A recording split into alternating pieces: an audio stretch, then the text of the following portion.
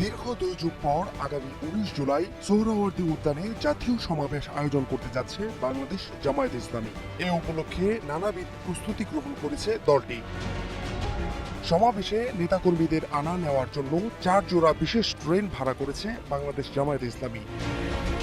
দলটির আবেদনের প্রেক্ষিতে 4 জোড়া বিশেষ ট্রেন পরিচালনার অনুমোদন দিয়েছে বাংলাদেশ রেলওয়ে। বিষয়টি কেন্দ্র করে সামাজিক যোগাযোগ মাধ্যমে আলোচনা সমালোচনার ঝড় উঠছে। রেলওয়ের বিরুদ্ধে নিয়ম লঙ্ঘনের অভিযোগও তুলেছে কেউ কেউ। জামায়াতের ট্রেন ভাড়ার বিষয়ে সরকারের করণীয় পদক্ষেপের সমালোচনা করে নিজের ফেসবুকে এক স্ট্যাটাস দিয়েছেন প্রবাসী সাংবাদিক জুলকারনাইন সায়েদ।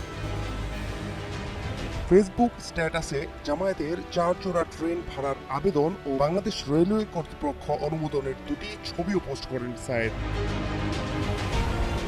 সায়ের বলেন, আপনারা যারা বিয়ে শাদী বা কোনো অনুষ্ঠানে ফ্লেক্স করতে পছন্দ করেন তাদের জন্য একটা আইডিয়া দেই।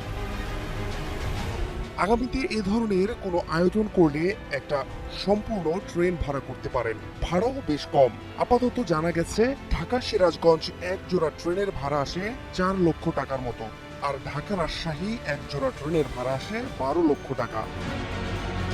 সায়েদ তার পোস্টে দাবি করেন, সরকার যদি জামায়াতে ইসলামীর ঐতিহাসিক সম্মেলনের জন্য আস্থা ট্রেন ভাড়া দিতে পারে তাহলে সাধারণ জনগণের বিয়ে শাদী, আকিকা, কনসার্ট, সমাবেশ ইত্যাদির জন্যও দিতে পারা উচিত। রেলওয়ে কর্তৃপক্ষ বলছে, জামায়াতে ইসলামীকে ট্রেন ভাড়া দেওয়াতে স্বাভাবিক নিয়মের কোনো প্রকার ব্যত্যয় ঘটেনি। অতীতে বাংলাদেশ রেলওয়ে কর্তৃক বিভিন্ন রাজনৈতিক দলের বড় কর্মসূচি উপলক্ষে তাদের আবেদনের প্রেক্ষিতে বিশেষ ট্রেন পরিচালনার নজির রয়েছে।